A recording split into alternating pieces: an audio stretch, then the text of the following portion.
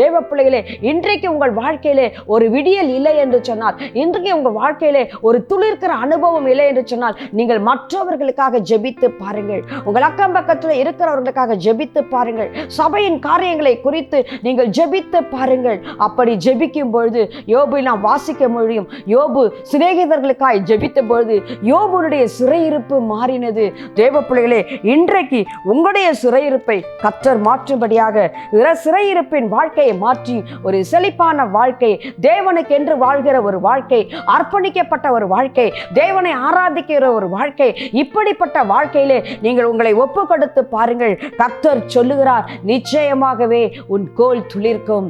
அது எப்படிப்பட்ட அனுபவத்திலே நீங்கள் இருந்து கொண்டு இருந்தாலும் சரி, எல்லாம் முடிஞ்சு போச்சுங்க, இனி யாராலையும் ஒண்ணுமே செய்யவே முடியாதுங்க, அவ்வளவுதான், என் நம்பிக்கை முழுவதும் அற்று போயிற்று என்ற சூழ்நிலையிலே நீங்கள் இருந்தாலும் கர்த்தர் சொல்லுகிறார், உங்களுடைய வாழ்க்கை துளிர்க்க போகிறது.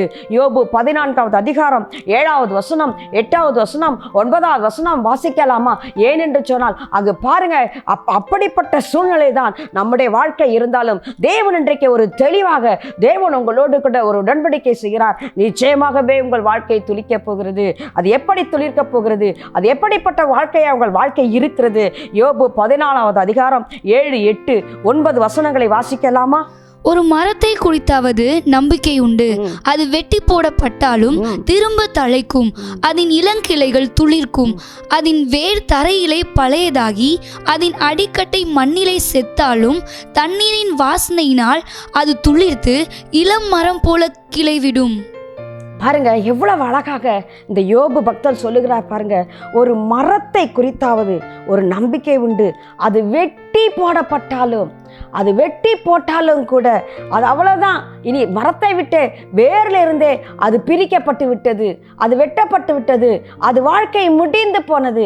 மற்றவர்கள் உங்களை பார்த்து சொல்லலாம், உன்னுடைய வாழ்க்கை முடிந்து போனது, அவ்வளவுதான், எல்லாமே முடிஞ்சு போச்சு, உன் வாழ்க்கை முடிஞ்சு போச்சு, உன் ஊழியம் முடிஞ்சு போச்சு, ஒரு தரிசனம் முடிஞ்சு போச்சு, எல்லாமே முடிந்து போனது என்று சொன்னாலும், நீங்க வெட்டி போடப்பட்ட சூழ்நிலையில இருந்தாலும் கர்த்தர் சொல்லுகிறார், உனக்கு ஒரு நம்பிக்கை உண்டு.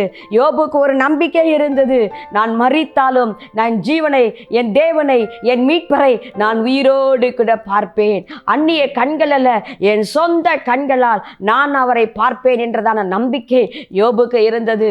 தேவ பிள்ளைகளே, அப்படி ஒரு நம்பிக்கை உங்களுக்கு இருக்குமே ஆனால் இன்றைக்கு கர்த்தர் சொல்லுகிறார், நீ வெட்டி போடப்பட்ட சூழ்நிலையிலே இருந்தாலும், எல்லாம் முடிந்து போனது என்ற சூழ்நிலையிலே இருந்தாலும் உன்னுடைய வாழ்க்கை திரும்ப துளிர்க்க போகிறது, திரும்ப அது தலைக்க போகிறது, திரும்ப அது சிலிர்க்க போகிறது.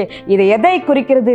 இயேசு கிறிஸ்துவினுடைய சிலுவை மரணத்தையும் அவர் உயிர் தேடுதலையும் குறிக்கிறதான காரியங்களை நாம் பார்க்க முடியும். பிள்ளைகளே, எப்படி இயேசு கிறிஸ்துவை, எப்படி அவரை சிலுவை மரணத்திற்கென்று ஒப்பு கொடுத்தார்கள். பிலிப்பியர் 2வது அதிகாரம் 5, 6 வசனங்களிலே நாம் வாசித்து பார்க்கும்போது, அதாவது மரண பரியந்தம், சிலுவையின் மரண பரியந்தம் தம்மை தாமே தாழ்த்தினார், அடிமையின் ரூபம் எடுத்தார், அவர் மனுஷ சாயலாய் மாறினார், அவரை சிலுவையின் மரணத்திற்கு ஒப்பு கொடுத்தார்கள். ஏசாயா 53வது அதிகாரம், ஏசாயா தீர்க்கதரிசி அழகாக அவருடைய சிலுவையின் மரணத்தை குறித்து சொல்லி வருகிறார், அவருடைய பாடுகளை குறித்து சொல்லி வருகிறார், அவர் அந்த கேடு அடைந்தவராய் இருந்தார் என்று சொல்லி வருகிறார்.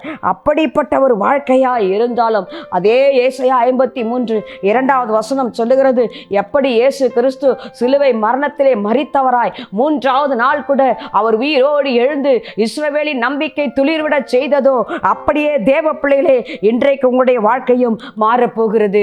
ஏசாயா 53வது அதிகாரம் 2வது வசனம் வாசிக்கலாமா? இளங்கிளையை போலவும் வறண்ட நிலத்திலிருந்து துளிக்கிற வேரை போலவும் அவனுக்கு முன்பாக எழும்புகிறார், அவருக்கு அழகும் இல்லை, சௌந்தரியமும் இல்லை, அவரை பார்க்கும்போது நாம் அவரை விரும்பத்தக்க ரூபம் அவருக்கு இல்லாதிருந்தது. பாருங்க, வேதம் தெளிவாய் சொல்லுகிறது, அவர் வெட்டி போடப்பட்ட இளங்கிளையை போல இருந்தார். இளம் கிளையை போல அவர் வெட்டி போடப்பட்ட சூழ்நிலையிலே இருந்தார். அவரை சிலுவையில் மரணத்திற்கு ஒப்பு கொடுத்தார்கள். அவ்வளவு அழகானவர், 10,000 பேர்களில் சிறந்தவர். இப்பொழுது அழகும் இல்லை, சௌந்தரியமும் இல்லை, மனிதர்கள் விரும்பத்தக்க ரூபமும் இல்லை.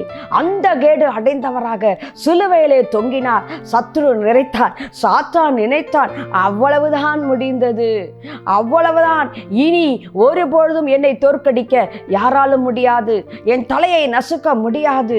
என்ன ஆண்டவர் ஆதியிலே சொன்னார், சாத்தானை குறித்து சொன்னார், அவர் காலினால் நீ நசுக்கப்படுவாய் என்று சொல்லி, ஸ்திரீயின் வித்து உன்னை நசுக்கும் என்று கர்த்தர் சொன்னார். இது அது என் வாழ்க்கையிலே நடக்காது என்று சொல்லி சத்துரு நினைத்தான். இன்றைக்கு உங்கள் வாழ்க்கையின் குறித்து கூட சாத்தானானவன் இப்படி சொல்லி கொண்டிருக்கிறானா? ஆமா, உன் வாழ்க்கை முடிந்து போனது, நீ விழுந்து போனாய், அவ்வளவுதான் முடிந்து போனது, இனி உன்னுடைய மரணம்தான் உனக்கு முடிவு என்று சொல்லிக் கொண்டு இருக்கிறானோ? கர்த்தர் சொல்லுகிறார், இல்லை தேவ பிள்ளைகளே, இனிமேல் தான் கர்த்தர் உங்களை எழும்பச் செய்ய போகிறார். இனிமேல் தான் கர்த்தருக்கென்று ஓட போறீங்க. இனிமேல் தான் தேவனுக்கென்று பெரிய காரியங்களை செய்ய போறீங்க. தேசம் சொல்லலாம், மற்றவர்கள் சொல்லலாம், அவ்வளவுதான் முடிந்து போனது என்று சொல்லி, ஆனால் தேவன் நம்மோடு கூட இருக்கிறார். இயேசு கிறிஸ்து எப்படி மரித்து 3ஆம் நாளிலே உயிரடைந்தாரோ அதே போலவே உங்களுடைய வாழ்க்கை உயிரடைய போகிறது, உங்களுடைய ஊழியம் உயிரடைய போகிறது, உங்களுடைய தரிசனம் உயிரடைய போகிறது. கர்த்தர் சொல்லுகிறார், நான் உன்னோடு கூட இருந்து செய்யும் காரியம் அது பயங்கரமா இருக்க போகிறது என்று சொல்லி கர்த்தர் சொல்லுகிறார். எந்த நிலைமையா இருந்தாலும் ஆபகுக் போல நீங்கள் சொல்ல முடியுமா? ஆபகுக் 3ஆவது அதிகாரம் 17ஆவது வசனம் வாசித்து பாருங்க. அத்திமரம் துளிர்விடாமல் போனாலும், அத்திமரம் துளிர்விடாமல் போனாலும், திராட்சை செடிகளில் பழம் உண்டாகாமல் போனாலும், திராட்சை செடியில பழமே உண்டாகாமல் போனாலும், ஒலிவ மரத்தின் பலன் அற்று போனாலும், ஒலிவ மரத்தின் பலன் அற்று போனாலும், வயல்கள் தானியத்தை விளைவியாமல் போனாலும், வயல் நிலங்கள் தானியத்தை விளைவியாமல் போனாலும், கிடையில் ஆட்டு மந்தைகள் முதலற்று போனாலும், ஆட்டு மந்தைகள் முதலற்று போனாலும், தொழுவத்திலே மாடுகள் இல்லாமல் போனாலும், தொழுவத்திலே மாடுகள் இல்லாமல் போனாலும், நான் கர்த்தருக்குள் மகிழ்ச்சியாயிருப்பேன், நான் கர்த்தருக்குள் என் மகிழ்ச்சியாயிருப்பேன், ரட்சிப்பின் தேவனுக்குள் களி கூறுவேன். என் ரட்சிப்பின் தேவனுக்குள் நான் களி கூறுவேன். எந்த சூழ்நிலையா இருந்தாலும் நான் ஒரு காரியத்தை இந்த இடத்திலே நான் நினைவு கூறுகிறேன். நான் சோர்ந்து போன நேரமெல்லாம், நான் மனம் மடிந்து போன நேரமெல்லாம், நான் பலவீனப்பட்டு போன நேரமெல்லாம், என் தேவைகள் என்னை நெருக்கும் பொழுதெல்லாம் எனக்கு மிகவும் மனம் சோர்ந்து போகிறதான நேரங்கள் உண்டு. தேவ ஊழியத்தை செய்கிற தேவ பிள்ளைகளே, சோர்வு வரவே வராது என்று சொல்ல முடியாது. நாம் மனிதர்களாக இருப்போம் என்று சொன்னால் நிச்சயமாய் நாம் தேவனுடைய அர்ப்பணிக்கப்பட்ட ஊழியக்காரர்களாக இருந்தாலும் நம்முடைய வாழ்க்கையிலும் நமக்கு சோர்வுகள் வருகிறது, தேவைகளின் நெருக்கங்கள் நமக்கு வருகிறது, பல பாடுகள் உபத்திரவத்தின் மத்தியிலே நாம் கடந்து போக வேண்டிய சூழ்நிலைகள் வருகிறது. ஆனால் அப்படிப்பட்ட சூழ்நிலை ஒரு அருமையான தேவ பிள்ளை, எங்கள் வீட்டிலே வளர்ந்த தேவ பிள்ளை, ஆனாலும் இந்த நாட்களிலே வல்லமையாய் தேவனுடைய கரத்திலே உபயோகப்படுகிற எங்களுக்கு ஒரு ஆவிக்குரிய மகன் இருக்கிறான். அந்த மகன் சொல்லுவான், அம்மா நீங்கள் நினைத்து பாருங்கள், இப்பொழுது இருக்கிற சூழ்நிலையை நீங்கள் பார்க்க வேண்டாம். நான் மனம் சோர்ந்து போய் பலவீனப்பட்டு போய் நான் சொல்லும் பொழுது அந்த மகன் எனக்கு சொல்லுகிற ஒரு வார்த்தை, அம்மா நீங்க எதை நினைக்காதீங்க, நீங்க உங்களுடைய வாழ்க்கை ஆரம்ப நாட்களை நினைத்து பாருங்கள், அந்த நாட்களிலே நீங்கள் மரித்து போயிருந்தால் என்னவா இருக்கும்? அப்பொழுதுதான் எனக்கு திடீரென்று ஒரு விழிப்பு வரும். ஆமாம், அப்படி என்னை ரட்சித்த தேவன், என்னை மரணத்தின் பள்ளத்தாக்குகளிலிருந்து என்னை ரட்சித்த தேவன், உளையான சேற்றிலிருந்து என்னை தூக்கி எடுத்த தேவன், நான் மரித்திருந்தால் என்றைக்கோ நரகத்திற்கு பாதாளத்திற்கு போயிருக்க வேண்டிய தேவன் இன்றைக்கு உயிரோடு கூட வைத்திருக்கிறாரே, அது எவ்வளவு பெரிய அதிசயம் தெரியுமா? இப்படிப்பட்ட தேவனுடைய அற்புதமான காரியத்தை, அதிசயமான காரியத்தை, உலகத்திலே மிகப்பெரிய அதிசயம் எது என்று சொன்னால் நீங்களும் நானும் ரட்சிக்கப்பட்டது தாங்க. இன்றைக்கு உலக அதிசயங்கள் எத்தனையோ அதிசயங்கள் என்று சொல்லுகிறார்கள், ஆனால் எல்லாவற்றிலும் பார்க்கலாம் மிக பெரிய அதிசயம் இந்த உலகத்தில் நாம் ரட்சிக்கப்பட்ட தேவ ஜனம்தான். உலகத்திலே மிகப்பெரிய அதிசயம் நம்முடைய ரட்சிப்பு தான், நம்முடைய பாவ மன்னிப்பு தான், தேவன் நம்மை தெரிந்து கொண்டதுதான். இதை மறைத்து போடும்படியாக, இதை நம்மை விட்டு எடுத்து போடும்படியாக இந்த உலகத்தின் பாரங்கள், இந்த உலகத்தின் நெருக்கங்கள் நம்மை அழுத்துகிறது, நம்மை நெருக்கி வருகிறது. அதனால்தான் எபிரேயன் ஆக்கியோன் அழகாய் தெளிவாய் சொல்லுகிறார். எபிரேயர் 12வது அதிகாரம் 1வது வசனத்திலே எபிரோன் ஆக்கியோன் சொல்லுகிறார், பாருங்க, இந்த உலகத்தில் நெருக்கங்கள் நமக்கு உண்டு, இந்த உலகத்திலே பல பாரங்கள் நமக்கு உண்டு, ஆனாலும் நீங்கள் ஒன்றை மாத்திரம் பார்க்க வேண்டும் என்று சொல்லி எபிரோன் ஆக்கியோன் எவ்வளவு அழகாய் சொல்லுகிறார் பாருங்கள். ஆகையால் மேகம் போன்ற இத்தனை திரளான சாட்சிகள், நம்மை சூழ்ந்து கொண்டிருக்க பாரமான யாவற்றையும் நம்மை சுற்றி நெருங்கி நிற்கிற பாவத்தையும் தள்ளிவிட்டு விசுவாசத்தை துவக்குகிறவரும் முடிக்கிறவருமாயிருக்கிற இயேசுவை நோக்கி இயேசுவை நோக்கி நமக்கு நியமித்திருக்கிற ஓட்டத்தை பொறுமையோட ஓடக்கடவோம். ஹல்லேலூயா சொல்லலாமா?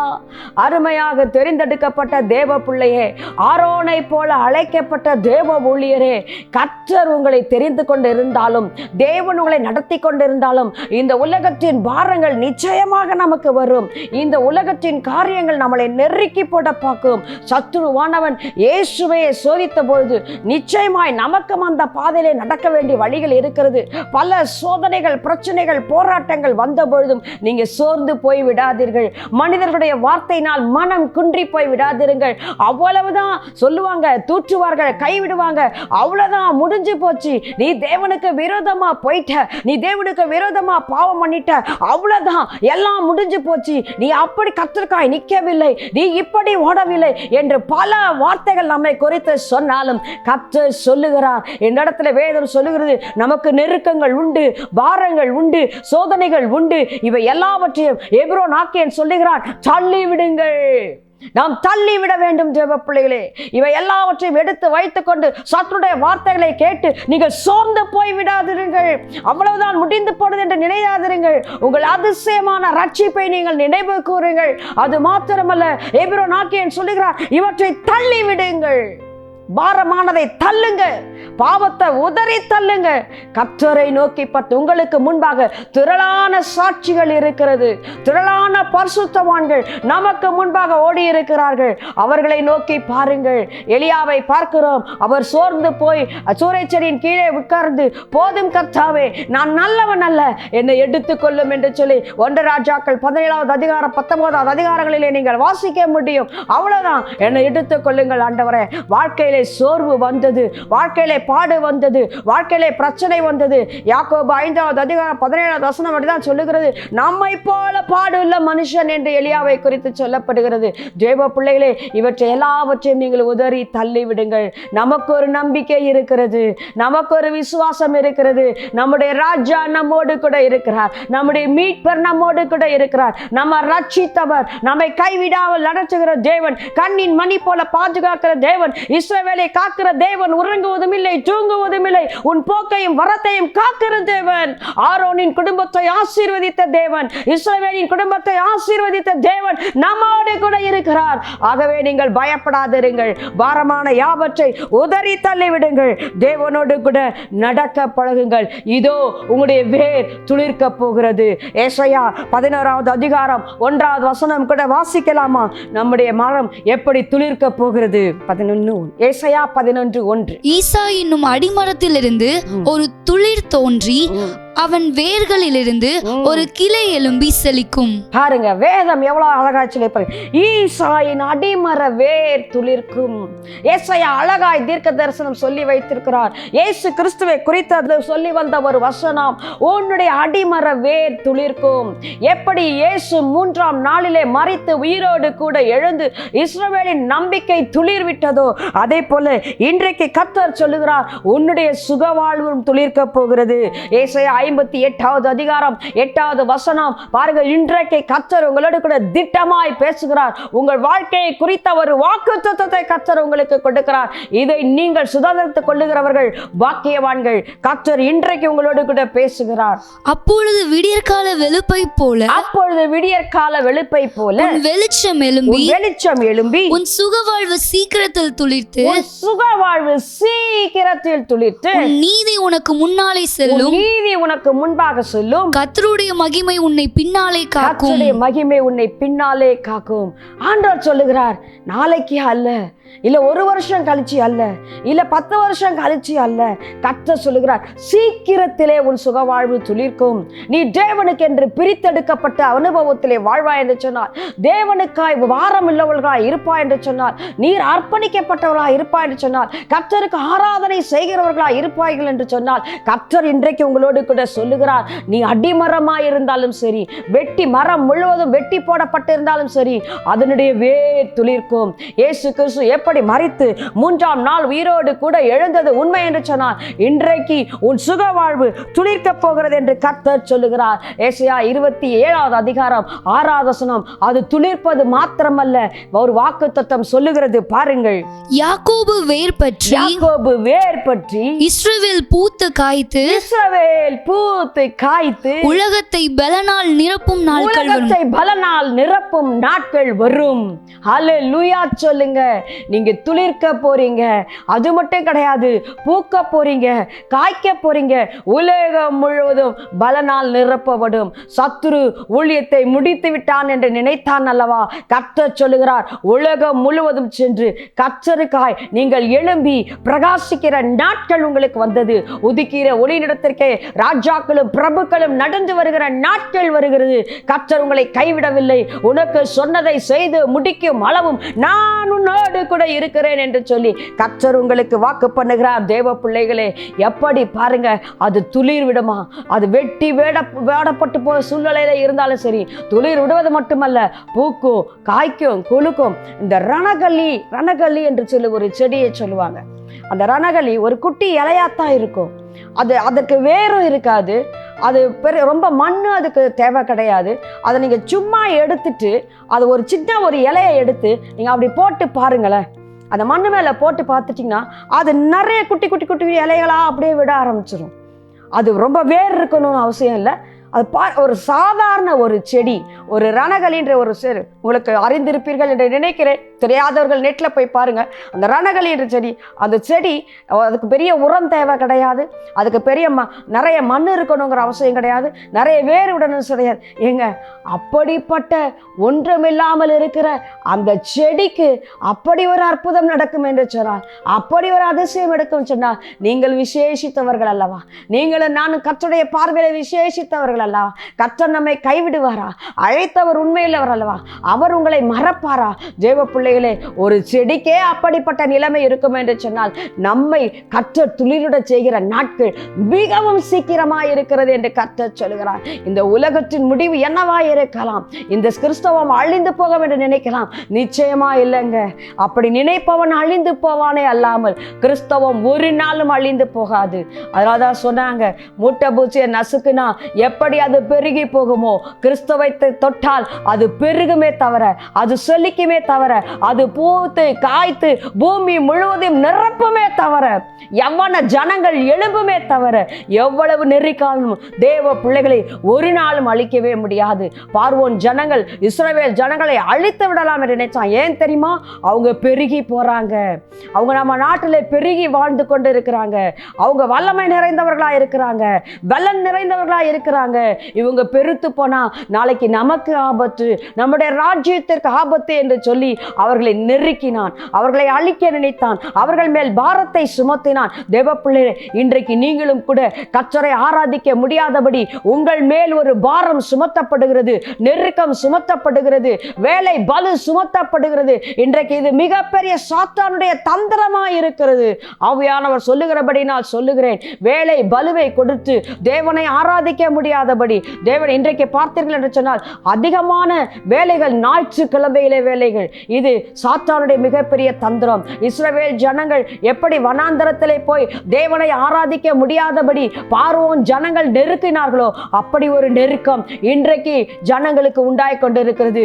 மறைமுகமாக இது சாத்தானுடைய தந்திரமாய் இருக்கிறது. யார் நெருக்கினாலும் சரி, எந்த விதத்திலே பிசாசு நம்மை நெருக்கினாலும் சரி, இவர்கள் வேர் பற்றுவார்கள், இவர்கள் பூப்பார்கள், இவர்கள் காய்ப்பார்கள், இவர்கள் பூமி முழுவதையும் நிரப்புவார்கள். ஏன் தெரியுமா? இயேசு கிறிஸ்து அதை வாக்கு பண்ணி இருக்கிறார். சொன்னவர் உயிருள்ள தேவன், சொன்னவர் வார்த்தையாய் இருக்கிற தேவன், சொன்னவர் கிருபையும் சத்தியம் நிறைந்தவராய் நமக்குள் வாசம் செய்கிற தேவன். அவர் உண்மையில தேவனாய் இருக்கிறார். வசந்த காலம் சமீபமாயிற்று. துளிர்ப்பது என்று சொன்னால் என்ன? மத்தேயு 24வது அதிகாரம் 32வது வசனம் வாசிக்கலாமா? மத்தேயு 24:32. அத்திமரத்தினால் ஒரு ஊமையை கற்றுக்கொள்ளுங்கள். அத்திமரத்தினால் ஒரு ஊமையை கற்றுக்கொள்ளுங்கள். அதிலே இளங்கிளை தோன்றி, அது இளங்கிளைகள் தோன்றி துளிர் விடும்போது வசந்த காலம் சமயமாயிற்று என்று அறிவீர்கள். சமீபமாயிற்று. பாருங்க, அவங்க ஒரு உதாரணம் சொல்லப்படுகிறது. அத்திமரம் துளிர் விடுகிற காலம் வரும்பொழுது எல்லாருடைய வாழ்க்கையிலும் இலையுதிர் காலம் ஒன்று இருக்குமானால் வசந்த காலம் ஒன்று இருக்கிறது. காலம் எப்படி வேண்டுமானாலும் போயிருக்கலாம். இலையுதிர் காலமாய் உங்களுடைய வாழ்க்கை மறைந்து போயிருக்கலாம். ஆனால் இன்றைக்கு இயேசு கிறிஸ்து சொல்லுகிறார், அத்திமரத்தினால் ஒரு ஓமை சொல்லப்படுகிறது. அத்திமரம் துளிர் விடும் பொழுது அதை நீங்கள் நினைத்துக் கொள்ளுங்கள், வசந்த காலம் சமீபமாயிற்று. உங்களுடைய வாழ்க்கையிலே வசந்த காலம் வருகிறது. தேவ பிள்ளைகளே, அது சீக்கிரமாய் துளிர் விட போகிறது. கர்த்தருடைய நீதி உங்களை காக்க போகிறது. அவருடைய மகிமை உங்களுக்கு பின்பாக வரப்போகிறது. மார்க் 13வது அதிகாரம் 26, 27, 28 வாசிக்கலாமா? அது என்ன அந்த வசந்த காலம்? எதை குறித்ததான ஒரு வசந்த காலம்? நமக்கு ஒரு வசந்த காலம் நியமிக்கப்பட்டு இருக்குங்க. உள்ளத்திலே தெளிவுள்ளவர்களா இருங்க, ஜாக்கிரதை உள்ளவர்களா இருங்க, மனமகிழ்ச்சியா இருங்க, புத்துணர்ச்சி அடைந்து கொள்ளுங்க, தேவனுக்கா எழுவுங்க. நமக்கு ஒரு வசந்த காலம் இருக்கிறது. வாசிக்கலாம். அப்பொழுது மனுஷகுமாரன் மிகுந்த வல்லமையோடும் மகிமையோடும் மேகங்களின் மேல் வருகிறதை காண்பார்கள். மேகங்களின் மேல் வருகிறதை காண்பார்கள். பாருங்க, இதுதாங்க நமக்கு வசந்த காலம். எது நமக்கு வசந்த காலம்? எது நம்முடைய நம்பிக்கை? மனுஷகுமாரன் மிகுந்த வல்லமையோடு கூட, மிகுந்த மகிமையோடு கூட இதோ மேகங்கள் மேல் வரப்போகிறார். அதுதாங்க நமக்கு வசந்த காலம். எதையோ நினைத்து இன்றைக்கு ஜனங்கள் தேடிக்கொண்டிருக்கிறாங்க. எதையோ நினைச்சு வாழ்ந்து கொண்டிருக்கிறாங்க. ஏங்க இந்த வசந்த காலத்தை குறித்து நம்ம சந்தோஷப்படக்கூடாது? எதையோ கனவு பார்க்கிறோமே, எதையோ நினைச்சு பார்க்கிறோமே. இயேசு வரப்போறாரு, நியாயந்திக்க போறாரு, அவர் ராஜாதி ராஜாவா வரப்போறாரு. நியாய தீர்ப்பை குறித்து ஏன் பயப்படணும்? நமக்கு ராஜா வரப்போகிறார். நம்மோடு கூட இருக்கும்படியாக ஆயிரம் அரசாட்சியிலே நாம் அவரோடு கூட அரசாளும்படியாக, ஒரு ஆளுகை செய்யும்படியாக நமக்கு ஒரு ராஜா, இயேசு ராஜா நமக்காக வரப்போகிறார். அந்த வசந்த காலத்தை குறித்து தான் இந்த வேத வசனம் சொல்லுகிறது. தொடர்ந்து வாசிக்கலாம். அப்பொழுது அவர் தம்முடைய தூதரை அனுப்பி தாம் தெரிந்து கொண்டவர்களை பூமியின் கடைமுனை முதற்கொண்டு வானத்தின் கடைமுனை மட்டுமுள்ள 4 திசைகளிலும் இருந்து கூட்டி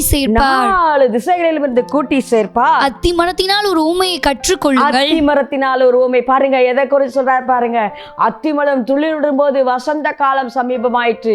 இன்றைக்கு இந்த வசனங்களை எடுத்துக்கொண்டு உலக செழிப்பை குறித்து, உலக ஆசீர்வாதத்தை குறித்து, வீடு இல்லையே, வாசல் இல்லையே, பணம் இல்லையே, உங்களுக்கு வீடு கிடைக்க போகுது, உங்களுக்கு பணம் கிடைக்க போகுது, நீங்க கார் வாங்க போறீங்க, பங்களாக்கு மேல பங்களா வாங்க போறீங்க, இதோ உங்க வாழ்வு சுகவாழ்வு துளிக்க போகுது, இப்படியெல்லாம் சொன்று இன்னைக்கு பிரசங்கம் செய்து கொண்டிருக்கிறார்கள். ஆனால் ஏன் இயேசு கிறிஸ்து அதை குறித்து, அந்த வசந்த காலத்தை குறித்து மிக அழகாக சொல்லி இருக்கிறார். அவருடைய வருகையின் அடையாளம் அது. ஹல்லேலூயா!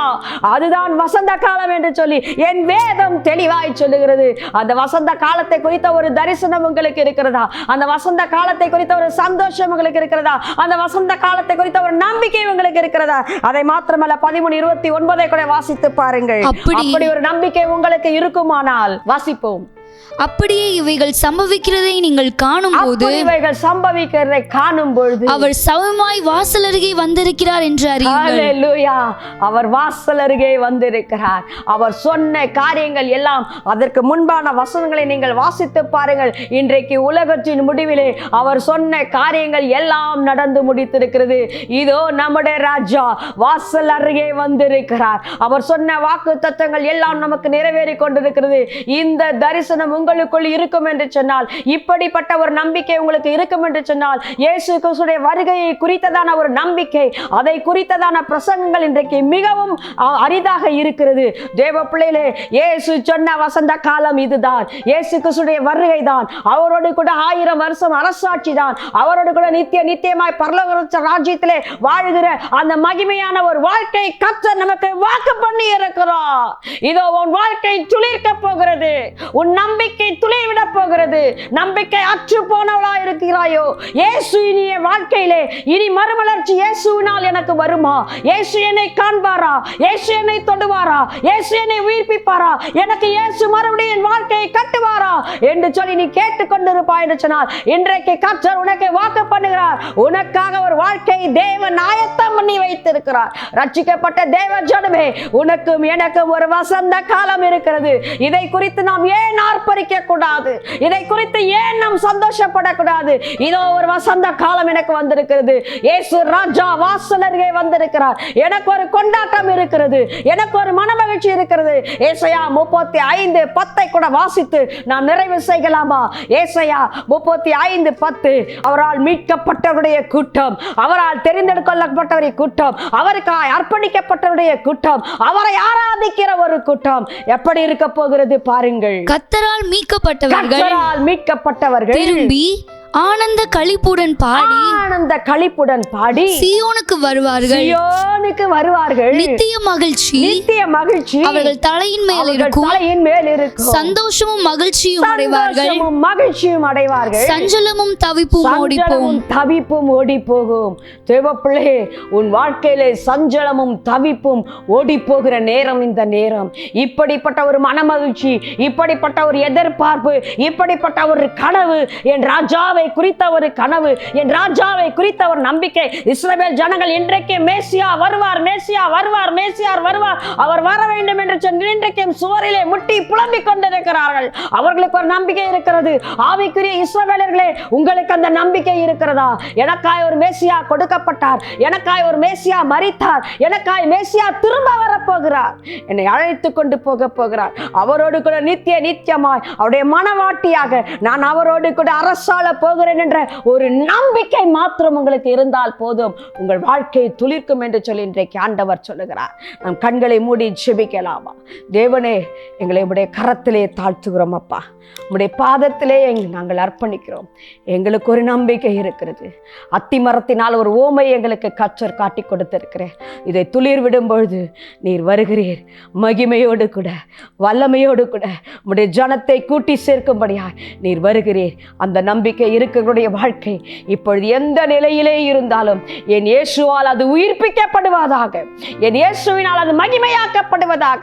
யாக்கோபு ஆண்டவரே வேர் பற்றி பூத்து காய்த்து பூமியினால் நிரப்பப்படுவதை போல இன்றைக்கு இவர்களுடைய வாழ்க்கை மாறுவதாக.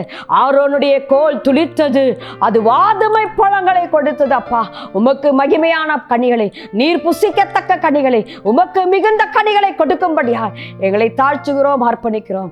ஒவ்வொருவருடைய வாழ்க்கையிலும் கர்த்தர் அற்புதங்களை செய்வீராக, அதிசயங்களை செய்வீராக. நீர் கொடுத்த ரட்சிப்புக்காக, நீர் எங்களை மீட்டுக் கொண்டதற்காக உமக்கு நாங்கள் நன்றிகளை ஏறெடுக்கிறோம். எந்த சூழ்நிலையிலும் நாங்கள் உண்மையை நம்பி இருக்க ஆண்டவரே, ஆபகுக் சொன்னதை போல எந்த நிலைமை வந்தாலும் கர்த்தரிலே மனமகிழ்ச்சியாயிருக்க, இந்த வசந்த காலத்தை குறித்தே நாங்கள் கனவுகளோடு தரிசனத்தோடு உம்மை எதிர்பார்த்து கொண்டிருக்கிற மனவாட்டியாய் கர்த்தர் எங்களை அலங்கரிப்பீரார். உம்முடைய கரத்திலே ஒப்புக் கொடுக்கிறோம். ஆசீர்வதியும் இயேசுவின் நாமத்தில் பிதாவே, ஆமென்.